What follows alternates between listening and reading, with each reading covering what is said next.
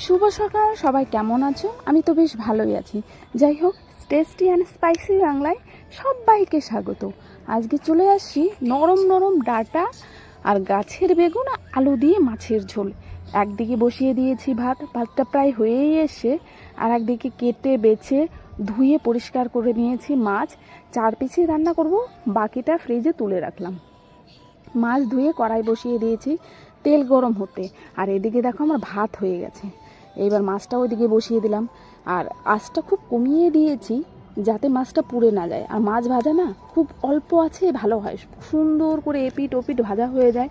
আর দেখো ভাপ বেরোচ্ছে কি। আর এই যে মার গালার সময় খুব সাবধান, নচেত হাত পুড়ে যাওয়ার সম্ভাবনা ভাপেও, তাই খুব সাবধানেই মার ফেলতে হয়।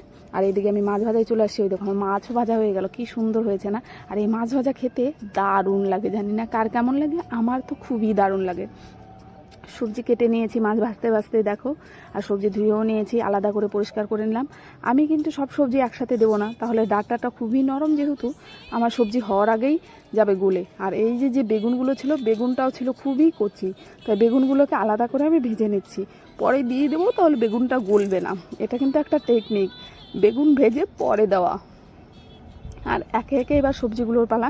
আলু দিয়ে দিচ্ছি আগে, এবার আলুটা নরম হওয়ার পরেই কিন্তু আমি ডাঁটা দেবো। এবার ওই যে টমেটো দিয়ে দিলাম, এখন দিচ্ছি ডাঁটা। এবার নাড়বো চাড়বো ভালো করে, আর কিছু লঙ্কা চিড়ে দিয়ে দিলাম এখনই, তাহলে ঝালটা বেশ সবজির গায়ে মাখো মাখো হয়ে লেগে যাবে। এবার লবণ দেওয়ার পালা। যেই ভাজা ভাজা হয়ে আসছে প্রায়, তখন দিয়ে দিলাম একটু লবণ। আর একদমই যখন ভাজা হয়ে যাবে, দেখবো তেল ছেড়ে দিচ্ছে, তখন দিয়ে দেবো হলুদ। যেহেতু আমি ঝাল ঝাল খেতে পছন্দ করি, তাই ঝাল এবং লাল দুটোই করার জন্য তো লঙ্কা গুঁড়ো মাস্ট। আর এটা লঙ্কা গুঁড়ো কিন্তু একদমই কেনা নয়, আমার ঘরে তৈরি লঙ্কা গুঁড়ো। আমি এগুলো নিজেই ঘরে তৈরি করি। দেখো এই যে তৈরি করে লঙ্কা গুঁড়ো দিয়ে একদম ঝাল হয়ে গেল, আর ঝাল সাথে সাথে লালও হয়ে গেল। বলে যে ও দেখতে হয় ওই বিকতে হয়। দেখতে যদি সুন্দর হয়, আমাদের ঘরের কথা এটা, আমি বিশ্বাস করি না। সবজি যদি দেখতে সুন্দর হয়, তাহলে নাকি সেই সবজি খেতেও খুব সুন্দর হয়। তখন আমি তাদের বলি, আচ্ছা তাই, তাহলে তো মহিলারাও তাই, যে সুন্দর দেখতে সে তার কর্মও সুন্দর হবে। আমি তো সুন্দর নই দেখতে, তাহলে আমার কর্মও সুন্দর নয়। তখন চুপচাপ হয়ে যায়। যাই হোক, ওটা অন্য বিষয়। এবার দেখো সবজি একদম গরম হয়ে নামিয়ে নিয়েছি। এই দেখো, এবার ফোড়ন দেওয়ার পালা। কড়াই গরম করে আবার দিয়ে দিলাম ওতে তেজপাতা আর জিরে ফোড়ন। একদম ভাজা হয়ে গেছে জিরে, এবার সবজি দেওয়ার পালা। দিয়ে দিলাম, এই যে ঢেলে দেখো বক বক বক বক বক বক শব্দ হচ্ছে।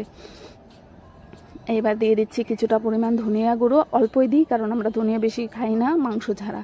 এরপরে জিরার গুঁড়াল পাড়া একটা বেশি করেই দিলাম, 3 চামচ। চামচ তো আমার বিশাল বড়, দেখেই নিয়েছো। এবার নামানোর পালা। দাঁড়াও নামিয়ে নিই।